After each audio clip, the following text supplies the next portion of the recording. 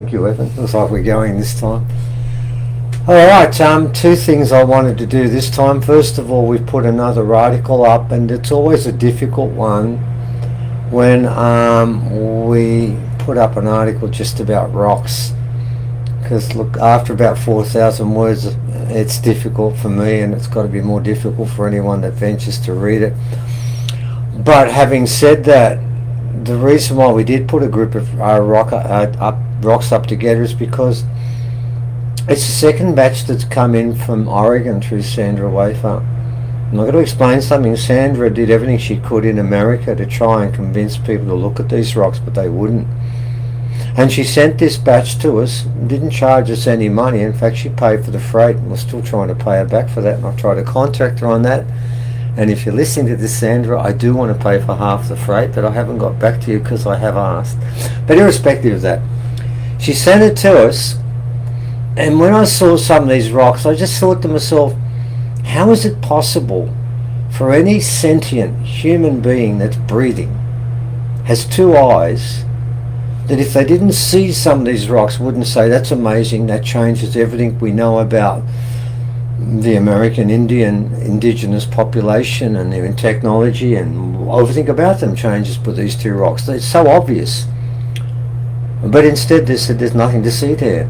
Now look, I want to show you a couple of these, in particular two that came in. One that I find quite fascinating. God, I hope I can hold this up properly. I'll try anyway. So do I. Yeah, thank you for that vote of confidence there, Evan. I'm going to try and hold it up now because I can't even see this. Why isn't there a screen on the side here, Evan, for me to see if I'm doing it properly? It's what it's got, and I'm trying and I'm hoping this does work.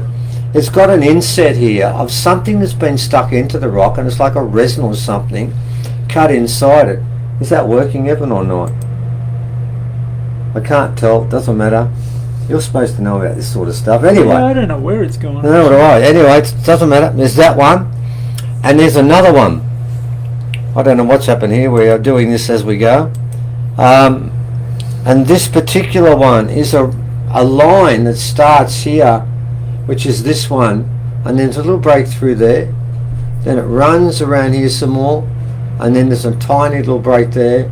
Then it runs around the other side and comes down there and then joins up to this main face. Now they're the only three lines there that don't run into the two main lines, this one and that one. And it's quite interesting because again you've got this beautiful coat on the top of the rock, and then you can see the base underneath, exactly like the ones in Australia.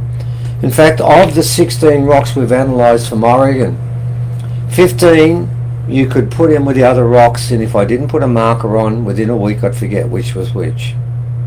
The 16th one, that first one that has those amazing insets, and some, I think there's 4 different panels there, pictorial panels of a story which I've written about. Now the question I would ask is, why is it in America they're marking rocks in exactly the same way, in the same techniques, in the same script as they are in Australia, as they are in Bosnia, as they are in Germany? We've examined these rocks all over the world. There was a universal language. Instead of putting it on paper, which you'll write, or CD discs, which will be demagnetized after a while, they put it on something that people could look at 10,000 years further on and still be there, like I'm doing now. Only problem is, as Kano said, it came from a time when humans had more DNA than they have today. And that sort of leads me into the second part of this presentation, which is our next online conference, which is coming up on the end of this month, on the Sunday, and all the details are up. And we're going to continue doing this all the way through to December, and particularly to 21st of December at 9:04, when the ceremonies take place in the middle. That's the whole purpose of all of these.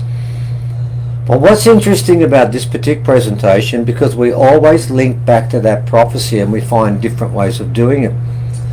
It's a fair bit of this is about one elder, one original elder I've met, who I place above every other elder I've met. Probably, Honey Bev's the female version of this, and Kano's the male version. But Kano was different than anyone else I've met, in that he was utterly old way in every shape and form. And we're going to do a presentation about Kano. Now, we've locked in first Darren McElroy is going to speak, and he's been working with the Ramangeri for exactly what's got to be said about Kano and working alongside that. I'm going to take a clip from an elder. I haven't spoken to Umbalara about this yet, but I'm hoping I'll get permission to play that as well when she talks about him. And I'm certainly going to talk about him too. And there's two reasons for that. One is to understand when the old ways are enacted again at the end of this year and they start to take over throughout the planet and everyone makes the choice. Well, those who choose for a more elevated mystical form of planet that takes place here, and thinking and lifestyle and all that comes around that, are going to need a different form of leader. And they're going to need to choose the right forms of leader, or they're going to fall back into the same mess we've had time after time. Now, Kano is a perfect template of what we need, and the type of person that can lead the planet after the 21st of December. So I sort of figure it's very important that everyone gets to know him as much as we can over that period of time. So a fair bit of that day will be based around Kano, and in particular a plan he had for the Ramangeri people at the culture centre. That was his dearest wish, and they still want this to happen, and they'll be talking about that, and so will I. And there's a bit of a call there for people to assist in this, but that'll turn up more in the day. Darren will be looking after that. And then a bit further on, I mentioned this before, with the courtesy of Paul Wallace, the Archdeacon of Canterbury, Anglican Archdeacon of Canterbury, who also has written a book. Canberra. Did I say Canterbury? Yes. There's a difference. Thank you for that, Evan. Thank God someone's paying attention. He's written a book, and he's been interviewed all over the world about this book because he's reread Genesis as it should be read, and the alien influence and the alien presence in the beginning of humanity, which is exactly what we've been saying here. It's no different. And it's quite fascinating because earlier on in the piece we wrote a lot about the links between Gnosticism and dreaming, and we've never had an opportunity to really look at those links in some detail. In particular, the section where we looked at the links between the Gospel of Thomas and the great original philosopher, Bignell Neji, a Gagadoo man. And he wrote a few books, and in that we found that the words in there are identical to the Gospel of Thomas, and it became obvious to us that when Thomas spoke about the bubbling spring, which Jesus tended, that bubbling spring was a dreaming, and that's what became very obvious to us. So we're going to look at that. We haven't had a chance before, but with Paul we're going to do that together. And then we have other people looking at this point from this particular story from different points of view, and in each case we've chosen people who we believe are the best in the country, and we'll start looking overseas, and it's coming up soon enough, but the best in the country to tell that part of the story. So once again, it will be thematic. We will be looking overseas in America. Certainly, that's the other area of influence we're going to look at this time. The fact the original people have been in America for tens of thousands, hundreds of thousands of years. That's another part of this setting we want to get clear before we move forward. So in summation, that's one of the reasons why we're looking at the Oregon rocks, and of course we've been mentioning them on the day too. But in summing up, what this next one's about is very simply, it's the same story. There's the changes coming. The elders are preparing. There's doing ceremonies now. They've been doing ceremonies before and getting ready for that day when there's a tipping point. And the more we go, the more we find out about that.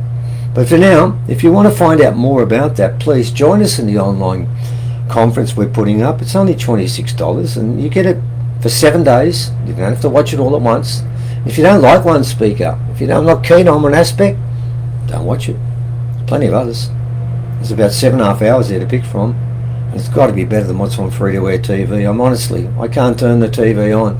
It's one of the reasons what we're trying to do is fill in something. There's nothing there to watch. And you may not agree with what I have to say, but at least it'll be interesting, and that's worth it because there's not much else around. So join us on that conference. It's not far away, and listen to quite a few people telling the same story from different points of view about a change in everything that is sorely needed, because this planet is now really in pain and needs to be healed, and that's what this is all about. Okay, I'll join you soon, and I'll try and turn this off.